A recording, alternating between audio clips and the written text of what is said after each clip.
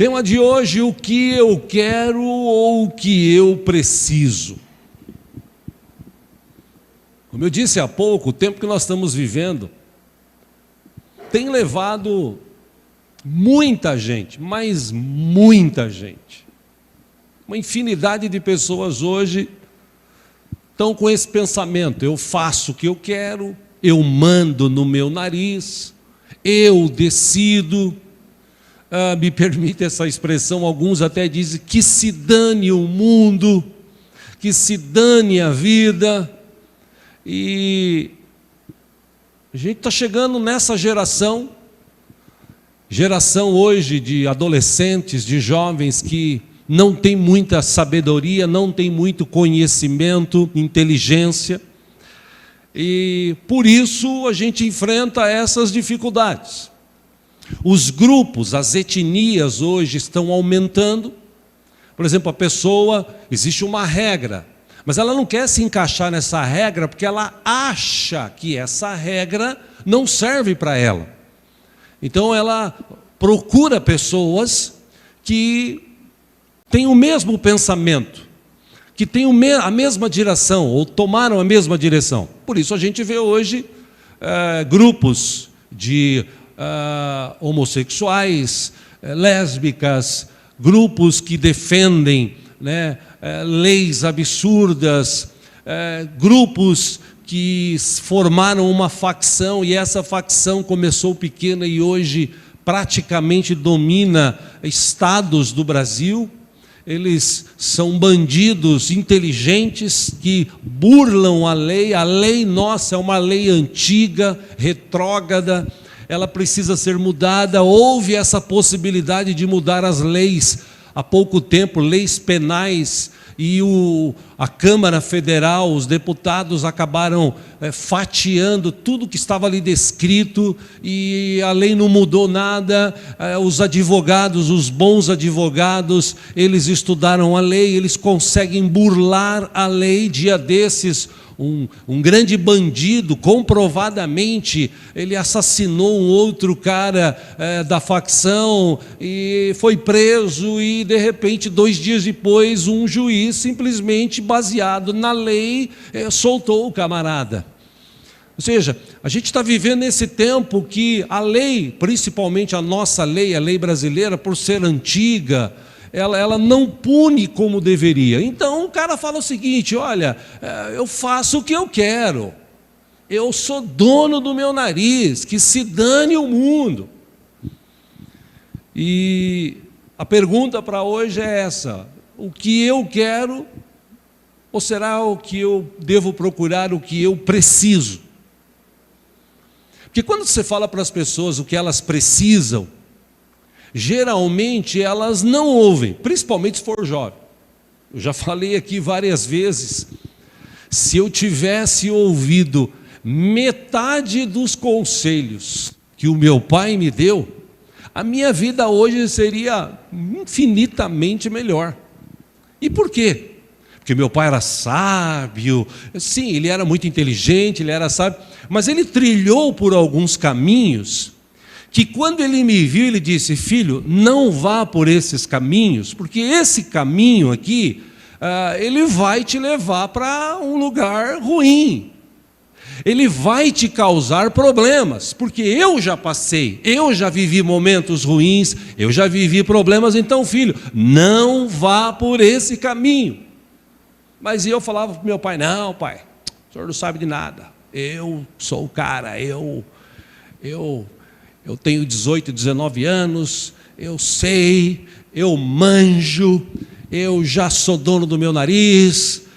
E quando meu pai faleceu, depois de alguns anos, eu lembrava como lembro hoje, muitos anos faz que ele faleceu, eu lembro dos conselhos dele. Fala assim: meu Jesus, se eu tivesse ouvido, eu não tinha me lascado tanto como eu me lasquei na vida, né?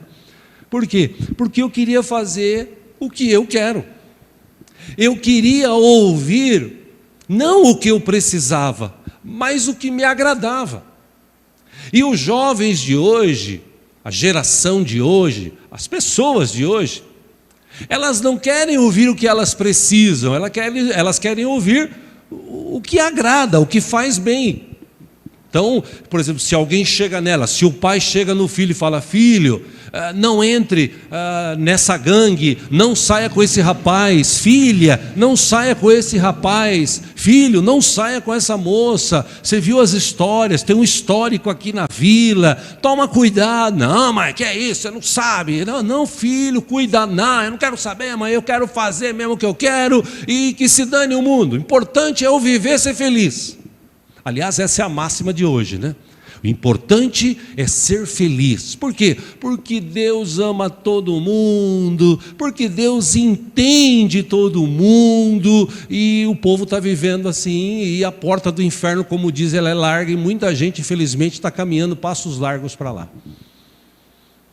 Eu quero basear esse estudo na Bíblia, porque tem alguns textos na Bíblia que, quando eu leio, como esse que nós vamos ler, você fala assim: por que isso está escrito na Bíblia? Porque é uma coisa assim, você vai entender quando a gente começar a ler o texto, meio que sem nexo. Mas dá para sugar desse texto algumas coisas importantes para a gente aprender e tomar cuidado nesse tempo que nós estamos vivendo. Nós vamos ler um texto no livro de Juízes. Se você trouxe a sua Bíblia, vamos ler juntos aí, livro de Juízes. Tem na Bíblia, pastor? Tem. Abre aí, Gênesis, Êxodo, Levítico, acho que se eu não me engano, Deuteronômio, Josué.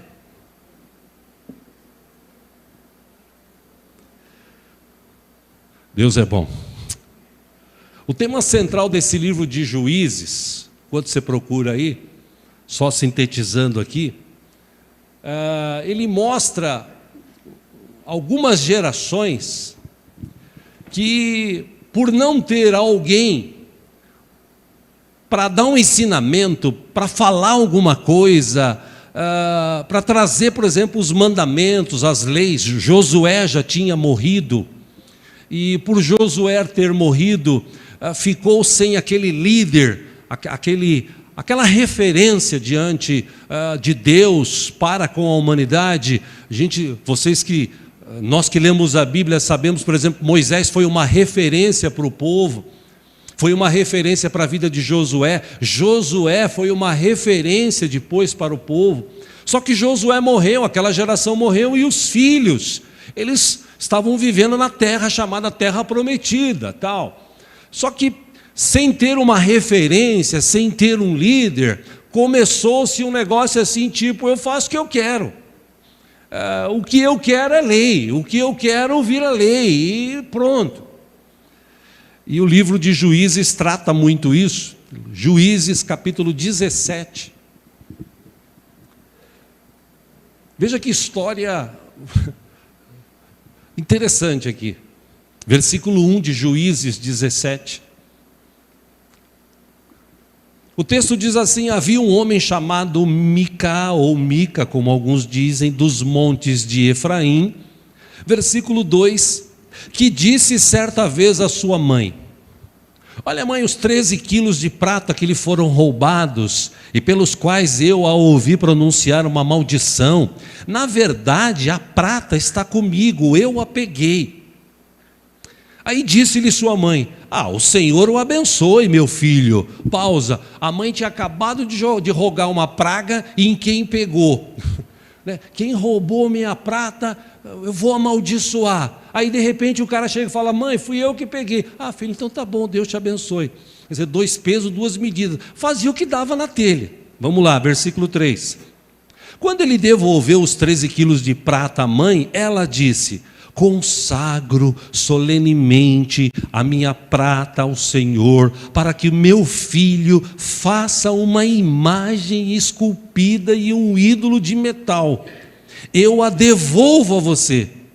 Versículo 4.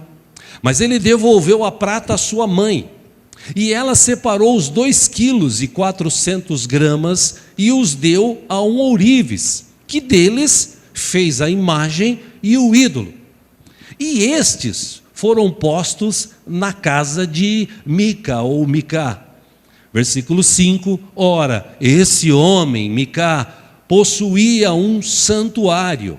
Ele fez um manto sacerdotal e alguns ídolos da família e pôs um dos seus filhos como sacerdote. Aí vem esse texto que tem repetidas vezes no livro de Juízes, versículo 6. Naquela época não havia rei em Israel, cada um fazia o que lhe parecia certo. Aí versículo 7, olha que história estrambólica aqui, estranha. Um jovem levita de Belém de Judá, procedente do clã de Judá, versículo 8, saiu daquela cidade em busca de outro lugar para morar. Em sua viagem, em algumas versões diz, querendo exercer a sua profissão, chegou à casa de Micá nos montes de Efraim. Versículo 9, Micá lhe perguntou, de onde você vem? Ele fala, eu sou levita de Belém de Judá, respondeu ele, eu estou procurando um lugar para morar. Versículo 10, fique comigo, disse-lhe Micá, seja meu pai e sacerdote, e eu lhe darei 120 gramas de prata por ano, roupas e comida. Versículo 11, o jovem levita concordou em ficar com Micá e tornou-se como um dos seus filhos. Pausa aí, ele chama ele para ser pai e ele torna um dos filhos. Um negócio meio doido, né? Versículo 12, Micá acolheu o levita e o jovem se tornou seu sacerdote e ficou morando em sua casa. Aí, olha que interessante, versículo 13, último desse que quero ler. E Micá disse, agora sei que o Senhor me tratará com bondade, pois esse levita se tornou meu sacerdote. Só até aí. Veja que coisa doida. Tipo assim, é o que eu quero, não o que eu preciso, o que eu quero. Então o cara está lá, ele pega a prata da mãe, a mãe amaldiçoa, quem que pegou fui eu, não, tá bom filho, então seja abençoado. Aliás, fica para você essa prata, não, eu não quero. Aí ela pega e fala, eu vou dar para o Ourives uma parte para ele fazer uns ídolos, para você ter na tua casa. Não, não precisa, ela pega, manda fazer, dá para ele, leva para casa, aí aparece um levita do nada, né? E chega e fala, eu estou procurando um lugar para morar. Escuta, o que você é? Eu sou levita, né? Ah, essa é levita? Pô, eu estou precisando de um sacerdote, eu estou precisando de um pai, inclusive, você não quer ficar comigo? Seja meu filho, participe aqui, eu vou te dar X gramas de prata por ano, vou te dar comida, fica aqui comigo. Ou seja, como diz o texto, cada um fazia o que dava na cabeça. Tipo assim, é o que eu quero. E é interessante que essa história, se você ler o texto antes e o texto depois, essa história está no meio, e é uma coisa assim que do nada fala, olha, aquela mulher tinha a prata, roubaram, uma coisa que parece doida, mas não, porque você vai entender o contexto aqui desse texto. Nessa questão aqui de Juízes, o texto diz que cada um fazia o que dava na telha. Cada um fazia o que lhe parecia certo. Se você pegar a vida de Sansão, muitas vezes, ele foi usado por Deus. Mas o texto que você lê de Sansão, ele fazia algumas coisas que parecia certo para ele. E ele chegou num ponto, eu já falei sobre isso aqui outras vezes, só para lembrar, ele chegou num ponto, Sansão, que está descrito aqui no livro de Juízes também, que ele falou assim, bom, Deus está comigo, então, como Deus está comigo, eu sou o cara. Ele arrumava briga, ele arrumava discussão, ele matou 1000 homens daqui, ele matou homens dali, ele dormia com prostitutas, ele fazia o que dava na telha.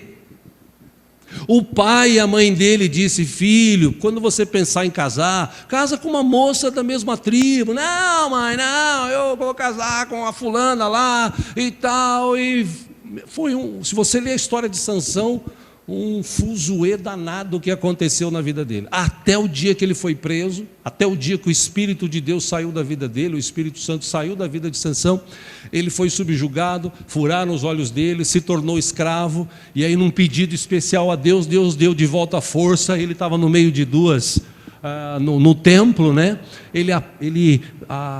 Com aquela força que Deus tinha dado para ele de volta, ele empurra aqueles 2 pilares, cai aquele templo. O texto diz que ele matou mais gente com a morte dele do que em vida.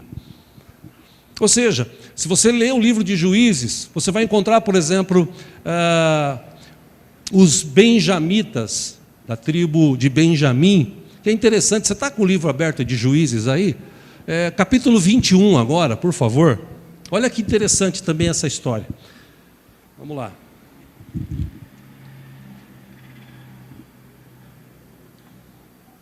Juízes capítulo 21, versículo 20.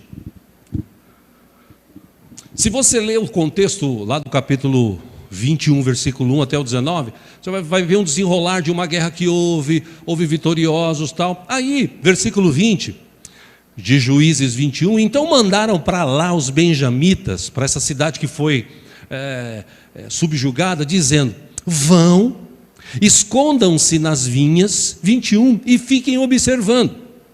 Quando as moças de Siló forem para as danças, saiam correndo das vinhas, e cada um de vocês apodere-se de uma das moças de Siló e vai para a terra de Benjamim.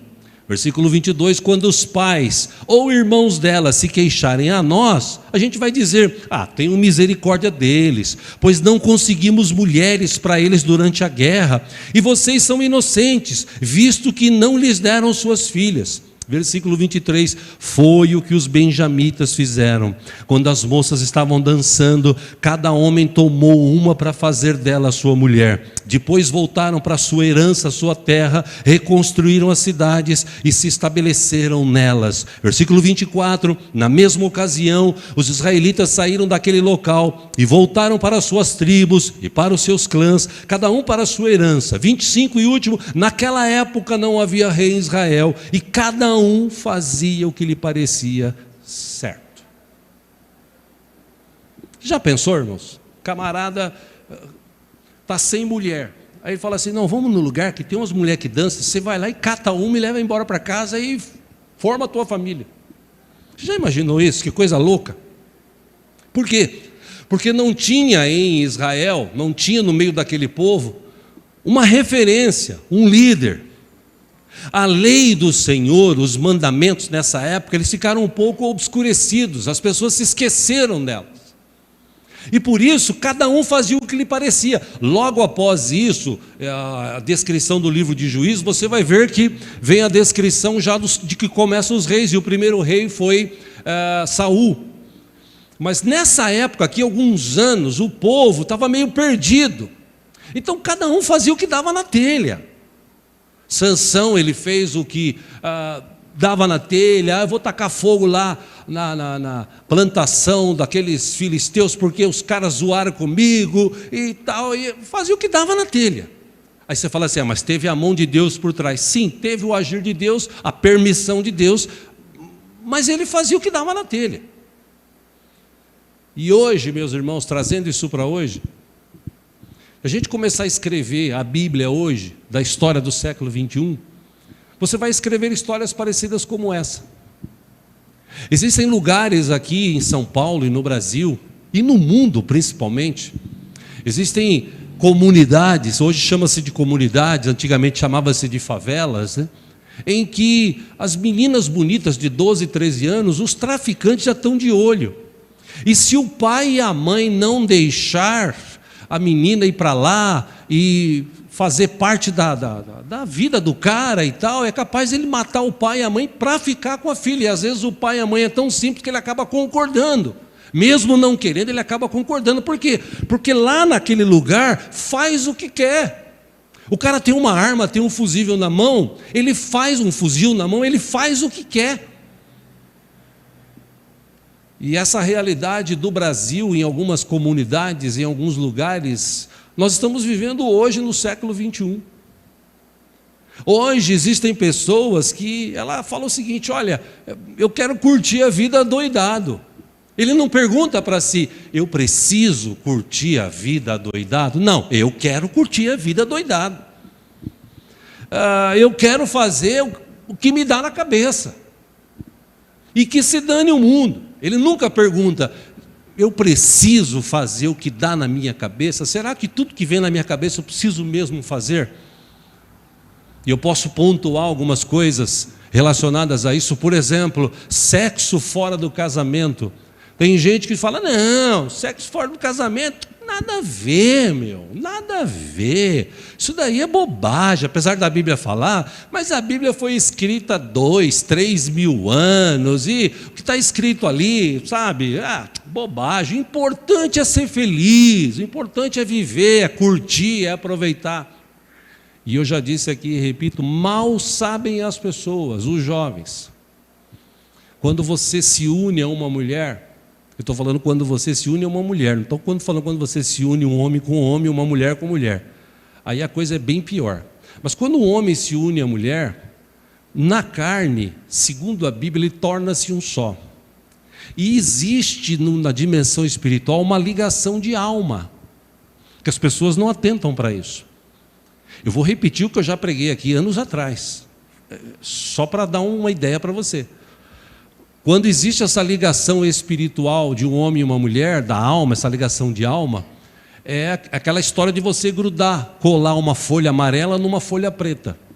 Você cola, espera um pouquinho, quando você for tentar descolar, vai ficar partes pretas na amarela e partes amarelas na preta. É assim que funciona na dimensão espiritual. E foi provado isso, comprovado isso anos atrás, eu trouxe esse estudo aqui, por cientistas que descobriram que mulheres que ficaram grávidas lá na frente, elas tinham traços dos caras que ela dormiu lá atrás. Porque através do sêmen do homem ficou isso gravado no DNA dela, por incrível que pareça. Se você está duvidando, pesquisa na internet sobre isso. Então, quando você fala para a pessoa assim, escuta, sexo fora do casamento não vai fazer bem para você. Pode ser um momento de prazer na hora, mas depois você vai se arrepender para o resto da vida. Você vai enfrentar problemas. Não quero saber. Ele não quer ouvir o que ele precisa. Ele quer fazer o que ele dá na cabeça dele. Eu posso falar de mentira, eu posso falar de fumar, cheirar e beber. Quando eu vou para o átrio de quartas-feiras, e eu tenho tempo lá, uma outra vez, de conversar com um, com outro, é sempre a mesma justificativa. Eu não sei porque que eu estou aqui. Eu não sei como é que eu entrei nessa. Eu não sei, foi um negócio assim que, sabe? Mas alguém não falou para você? Alguém deve ter falado para você, escuta, você está indo por um caminho que vai te levar à destruição. Nós estamos vendo hoje, por exemplo, está acontecendo na nossa cidade, São Paulo. O centro de São Paulo virou um caos. Existem pessoas lá, mais de 2.000 pessoas, que são dependentes da droga, que estão sendo marionetes dos bandidos para roubar, para destruir, por causa de uma pedrinha de crack que dá para ele prazer, e deixa ele doidão lá, meia hora, 1 hora, 15 minutos, ele vai, ele rouba, ele torna-se escravo. Aí você pergunta para ele, como é que você entrou nessa? Não sei, é que eu queria. Mas o teu pai, tua mãe não falou para você? Não, falaram, mas eu queria.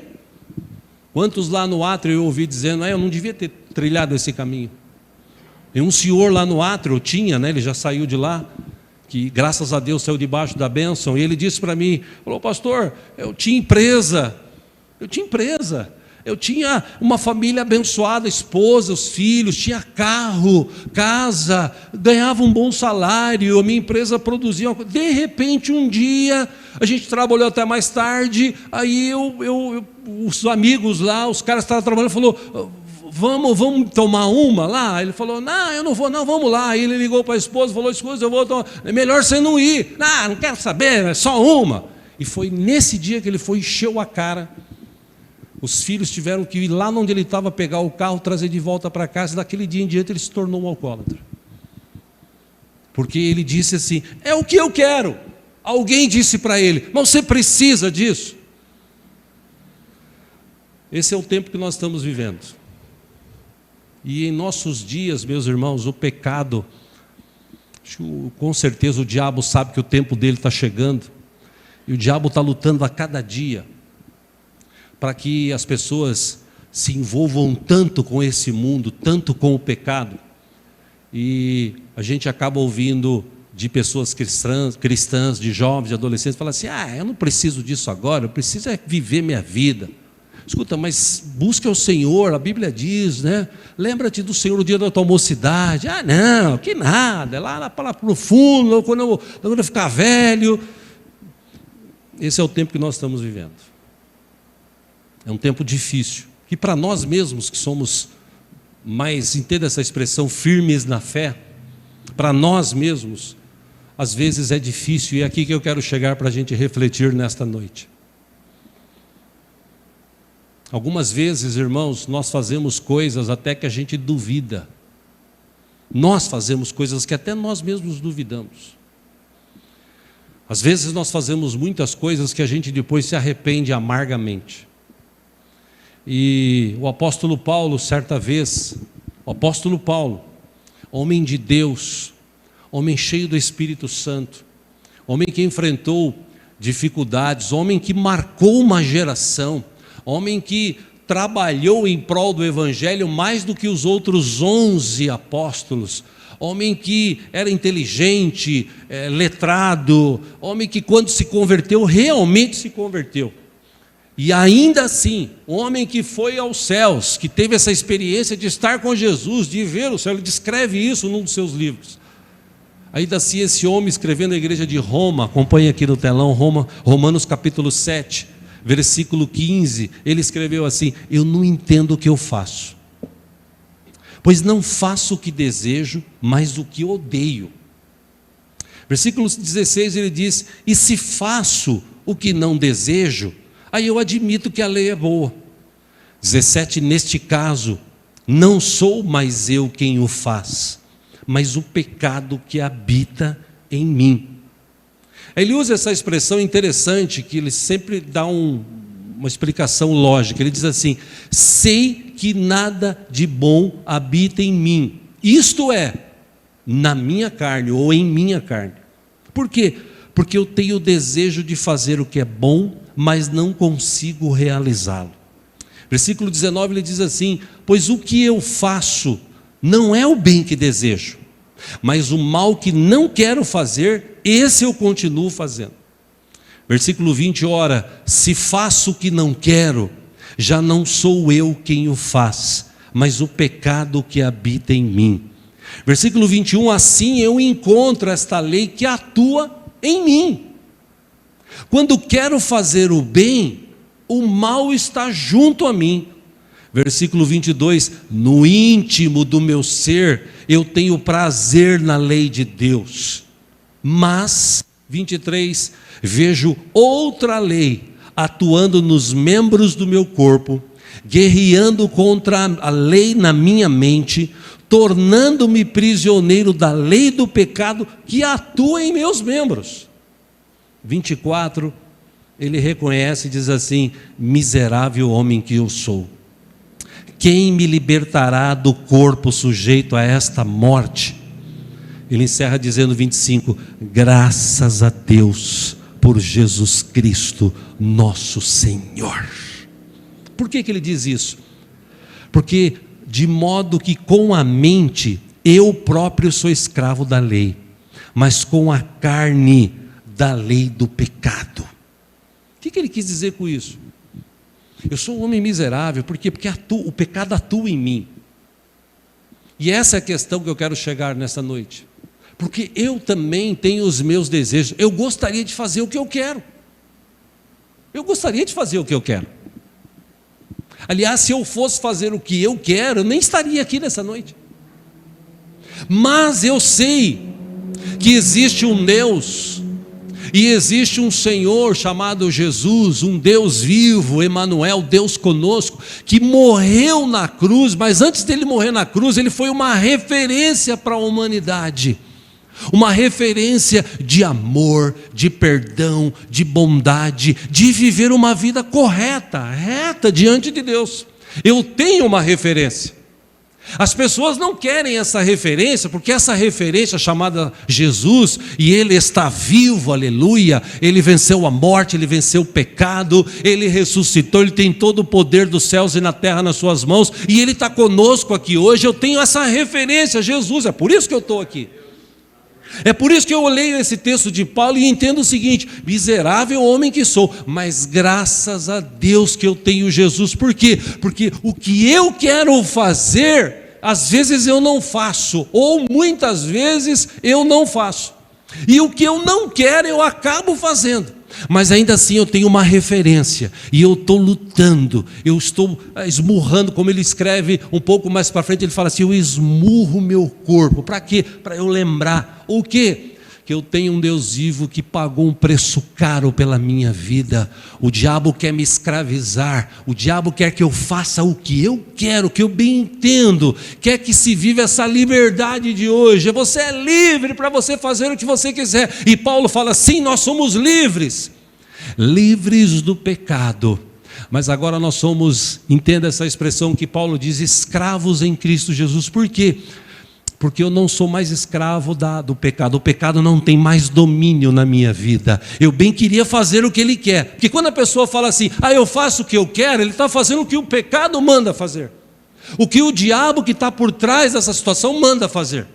Que a pessoa briga, ela fala assim: não, eu quero viver isso que eu quero viver, pronto. Eu quero ser homossexual, eu quero ser isso, eu quero ser aquilo. Aí começa as justificativas: eu nasci assim, porque eu fui criado assim, o lugar onde eu estava me levou a isso, então eu quero viver assim, ponto. Sim, você quer, mas existe algo por trás que está te escravizando para você tomar essa decisão.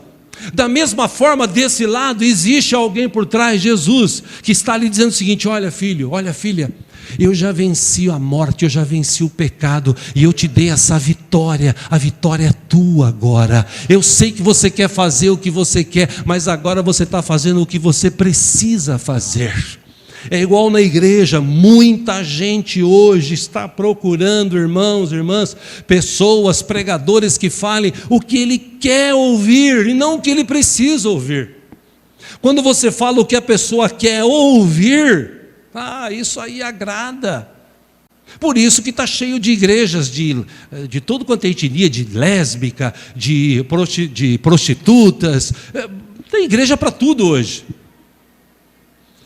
E na verdade, meus irmãos, a Bíblia nos ensina isso. Olha, guarda no teu coração, lembre-se, o pecado nunca morre. Nós é que devemos morrer para o pecado. O pecado está sempre aí, de geração em geração, até o dia que nós chegarmos nos céus. Jesus Cristo virá. Jesus Cristo dará a vitória àqueles que foram chamados, àqueles que venceram através da sua vida nessa terra, aqueles que viveram uma vida dedicada a Ele, aqueles que amaram, que perdoaram, esses estarão com Jesus, e quando Ele vier, Ele vai acabar com tudo. Ele já venceu o pecado. Lembra-se que ele falou lá, quando ele estava orando em João, capítulo 16, 17, Jesus estava dizendo, orando pelos seus discípulos, orando pelas pessoas daquela época, e orando por nós, naquele capítulo de João 17, Jesus ainda diz assim, o diabo, o vosso inimigo, já está vencido. Apesar dele ainda não ter sido preso, como ele foi subjugado, ele já declarou: o diabo está vencido, porque ele foi até o fim, ele venceu o pecado, ele venceu a morte. Então Jesus já declarou, já está declarado na Bíblia: quando Cristo voltar, o diabo, os demônios serão presos. Todos aqueles que não forem achados o nome no livro da vida vão ser lançados no lago de fogo e enxofre. Aí esse mal vai acabar, vai começar uma nova geração, num corpo incorruptível, na presença de um Deus vivo na eternidade, aleluia. Em Romanos 6,11, Paulo escreveu assim: assim também vós considerai-vos como mortos para o pecado, mas para Deus vivos em Cristo Jesus. Então, o que eu quero? Eu quero pecar, eu quero fazer. Não, mas o que eu preciso? Eu preciso fugir do pecado, eu preciso resistir ao pecado. Em 2 Timóteo, capítulo 4, versículo 1, acompanhe aqui. Paulo escrevendo a ele, disse assim: na presença de Deus e de Cristo Jesus, que há de julgar os vivos e os mortos, por sua manifestação e por seu reino, eu os exorto solenemente. Versículo 2, Paulo falando para Timóteo: pregue a palavra, esteja preparado a tempo e fora de tempo, repreenda, corrija, exorte com toda a paciência e doutrina. Por quê? 3, pois virá o tempo em que não suportarão a sã doutrina. Ao contrário, sentindo coceira nos ouvidos, juntarão mestres para si mesmos, segundo os seus próprios desejos. Eles se recusarão a dar ouvidos à verdade, voltando-se para os mitos. O que Paulo está dizendo aqui para Timóteo? Meu irmão, aquilo que aconteceu com Micá, que aquele cara, ele já vivia uma vida errada. Já não tinha uma referência, já não tinha mais uma palavra, uma escrita, havia se esquecido. O povo foi obrigado lá na frente a ser subjugado, preso, aí que eles lembraram de Deus. Aí teve aquela época que Esdras, que Neemias foram para reconstruir, pegaram a palavra, leram durante horas o Velho Testamento, ou parte lá do Velho Testamento, lembrando que Deus tinha libertado o povo do Egito, que Deus tinha dado uma terra, que Deus tinha feito. Ele leu, o povo começou a chorar, o povo falou: poxa, nós queremos voltar-nos para esse Deus. Aí eles oraram, pediram perdão dos pecados dos pais, dos seus pecados. Aí Deus veio e trouxe a vitória, levou eles de volta aos seus lares, eles voltaram para a sua terra. Por quê? Porque Deus é bom, Deus é misericordioso. Mas o povo, quando ele se esquece de Deus, quando ele se esquece das coisas, ele faz o que dá na telha. Esse camarada, ele pegou, e é interessante que, se você continuar lendo o texto lá de Juízes, eu vou colocar aqui para você acompanhar, rapidamente, para a gente encerrar. Juízes capítulo 18, versículo 18. Alguns homens foram, atacar aquela região onde Micá morava. Aí eles entraram na casa de Micá, apanharam a imagem, o manto sacerdotal, os ídolos da família e o ídolo de metal. Aí o sacerdote lhes perguntou: o que é que vocês estão fazendo? Aquele sacerdote, aquele levita, metido a sacerdote. Versículo 19, eles responderam: silêncio, não diga nada. Vem conosco, seja nosso pai sacerdote. Não será melhor para você servir como sacerdote uma tribo e um clã de Israel do que apenas a família de um só homem? Versículo 20, então o sacerdote se alegrou, apanhou o manto sacerdotal, os ídolos da família, a imagem esculpida, e se juntou à tropa, pondo seus filhos, seus animais e os seus bens na frente deles, partiram embora, foram embora. O que aconteceu com esse cara? Esse cara, ele chegou ali e falou assim: eu estou procurando emprego, procurando lugar para morar. Mas o que você é? Eu sou levita. Você é levita? Levita é aqueles caras que falam de Deus, não é? Que canta, que dirige louvor, né? Hoje tem muito levita aí da tribo de levitação, né? Porque de Levi mesmo não tem nada, né? E aí então, que tal você ser da minha família? Que tal você ser o meu pai sacerdote? O cara não tinha experiência nenhuma, mas ele pega e fala: não, tudo bem. Aí o cidadão fala o seguinte: agora eu sei que Deus está comigo. Como é que ele sabe que Deus está com ele? Como é que ele sabe que Deus queria aquele rapaz sobre a vida dele? É que, infelizmente, como Paulo falou para Timóteo, vai chegar um tempo que hoje as pessoas vão procurar o que é melhor para si. Por exemplo, músicos hoje, ele vai para onde paga mais. Tem muito músico hoje que não tem compromisso. A igreja pagou para ele, ele vai. A outra pagou mais, ele vai. Esse cara aqui, ele estava lá e chega um exército, chega o pessoal, conhecido inclusive dele, fala assim: o que vocês estão fazendo? Escuta, vamos pega as coisas dele, vem ser sacerdote nosso. É melhor você ser sacerdote nosso, da própria família, tem mais gente, vai ser mais legal. Ele, pegou os filhos, pegou os animais e vou embora. Não estava nem aí para o tal de Micá.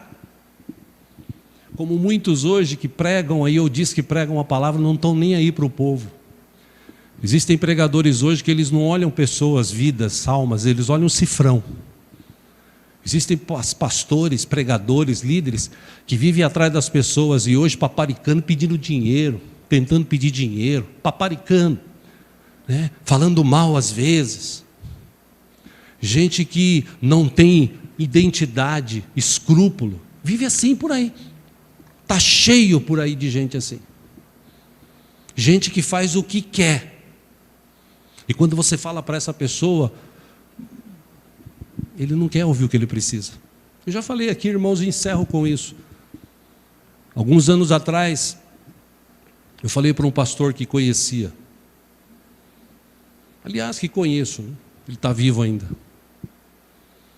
Eu disse para ele assim, que ele passou numa igreja, passou na segunda, passou na terceira, passou na quarta, passou na quinta, e não dava certo, não dava certo, não dava certo. Por quê? Porque ele chegava nas igrejas, ele queria se igualar ao pastor da igreja. Ele queria ser igual ao pastor da igreja. Aí ele chegava nos membros e falava assim, o pastor Diego faz um trabalho bom. Não que ele falou isso de mim, estou usando meu nome para não usar o nome de outro pastor que eu conheço. Pastor Diego faz um trabalho bom, mas se fosse eu lá, coisa seria outra. E eu não estou falando, nem inventando, isso é um fato, isso aconteceu. E uma vez a gente conversando sobre isso, porque nada dava certo na vida dele, conversou sobre isso, falou, Diego, o que você acha? O que você acha que está acontecendo? Eu disse para ele assim, olha, o dia que você aprender a ser Josué, você vai acabar se tornando Moisés. Mas você precisa aprender a ser Josué. Que em nenhum momento você vê na Bíblia que Josué quis se igualar a Moisés. Ao contrário. Quando Deus chamou Josué, ele falou, eu? Eu? Não, eu não. Que é isso? Moisés, não, mas Moisés morreu, agora é você. Mas eu não, Senhor. Eu estou contigo, eu te capacito. Porque na cabeça de Josué nunca passou, eu vou ser igual a Moisés, vou tomar o lugar de Moisés. E eu falei isso há anos atrás para esse pastor. Mas infelizmente até hoje ele anda por aí, por lá, por aí, por lá. Nunca dá certo em lugar nenhum. E tem muita gente assim hoje em dia. Que às vezes você fala porque você ama. Você fala para a pessoa porque você ama. Olha, faz isso. Cuidado com aquilo. Não, mas tá bem para mim, não, que é isso, tá bom para mim, faço o que eu quero, sou dono do meu nariz. Quantas pessoas vieram para a igreja, receberam Jesus, e você fala para ele, escuta, muda de vida, coloque seus pés no Senhor. Ele fala, não, isso aí eu não faço não, isso aí eu não quero não, faço do meu jeito. Aliás, até para você guardar no teu coração, guarde esse texto, anota esse texto. Porque tem muita gente hoje correndo atrás de profecia. E muita gente que correu atrás de profecia está frustrado, porque não aconteceu. Aí ele, claro, fala assim, será que Deus mentiu? Não, Deus não mente. A pergunta que ele deveria ter feito é o seguinte, será que Deus falou mesmo? Guarda esse texto, Deuteronômio 18, 20, 21 e 22. Deus falando através de Moisés disse assim, mas o profeta que ousar falar em meu nome alguma coisa que não lhe ordenei, ou que falar em nome de outros deuses, terá que ser morto. Essa parte esquece, que a gente não mata ninguém hoje em dia. 21, mas vocês perguntem a si mesmos, como saberemos se uma mensagem não vem do Senhor? Deus responde, se o que o profeta proclamar em nome do Senhor não acontecer nem se cumprir, essa mensagem não vem do Senhor. Aquele profeta falou com presunção. Não tenham medo dele. Pastor, como é que eu sei que vai cumprir a promessa? Se ela se cumprir, veio de Deus. Se ela não se cumprir, não vive em função dela. Porque tem gente que recebe uma palavra e fala, Deus falou que eu vou casar com uma mina bonita. Nossa, falou até como era, loira, olhos azuis, bonita, trabalha bem, dona de uma empresa, carro importado. Nossa, eu estou esperando, fico esperando a vida inteira. Será que Deus falou isso mesmo? Não, porque Deus deu uma promessa que eu vou arrumar um emprego, então eu vou ficar aqui em casa de braço cruzado, porque o emprego vai bater na minha porta. Às vezes pode até acontecer, mas dificilmente acontece. Se você não correr atrás, não mandar currículo, se você não estudar, aí ele fica assim, porque Deus falou e não cumpriu. Não, irmão, toma cuidado. Não é o que você quer, é o que você precisa. E a palavra de Deus está cheia de conselhos maravilhosos. Hoje eu falava com um jovem e ele dizia assim: poxa pastor, esse assunto assim, assado, cozido, tal, o que você acha?